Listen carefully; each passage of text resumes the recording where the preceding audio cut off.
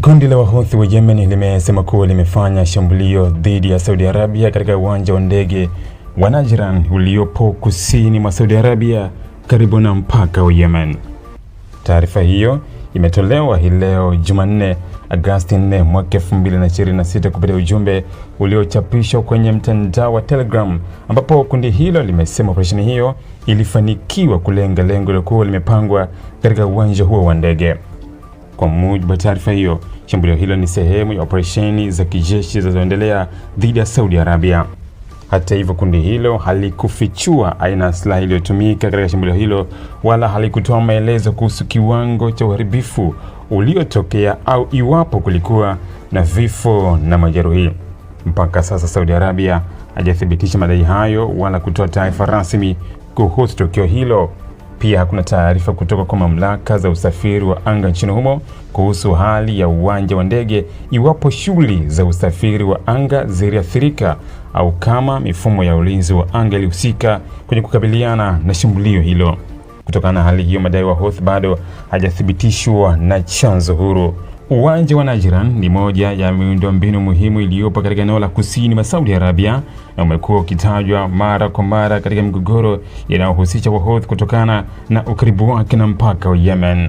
Katika miaka hivi karibuni, kundi hilo limekuwa likidai kufanya mashambulizi dhidi ya viwanja vya ndege, kambi za kijeshi, vituo vya mafuta na miundombinu mingine ya Saudi Arabia kwa kutumia makombora pamoja na ndege zisizo na rubani. Kwa upande wake, Saudi Arabia imeendelea kuimarisha mifumo yake ya ulinzi wa anga kwa miaka kadhaa ili kukabiliana na vitisho vya makombora na ndege zisizo na rubani kutoka Yemen.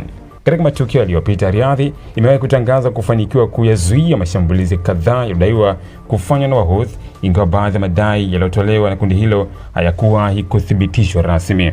Tukio hili limetokea kwenye kipindi ambacho mvutano wa kiusalama katika Mashariki ya Kati umeendelea kuongezeka, huku makundi yenye silaha na mataifa mbalimbali yakihusika katika migogoro inayohusisha maeneo tofauti ya kanda hiyo. Wachambuzi wa masuala ya usalama wanaeleza kwamba mashambulizi yanayolenga miundombinu muhimu kama viwanja vya ndege yanaweza kuongeza tahadhari kuhusu usalama wa usafiri wa anga na shughuli za kiraia katika maeneo yaliyo karibu na migogoro.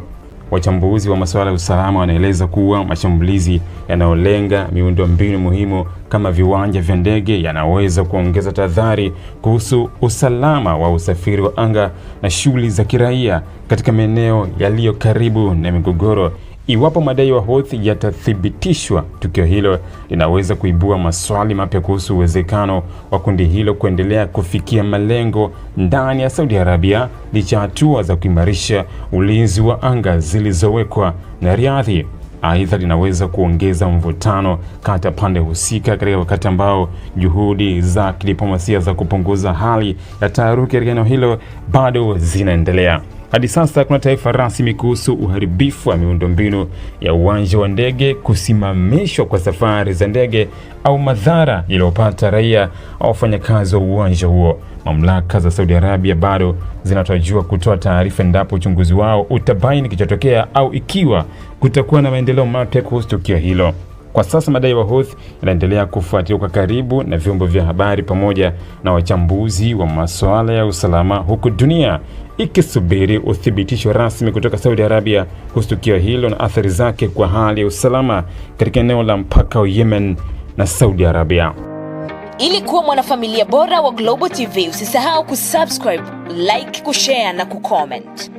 Baada ya kusubscribe, bonyeza alama ya kengele ili kupata taarifa kwa kila video inayopanda Global TV Online.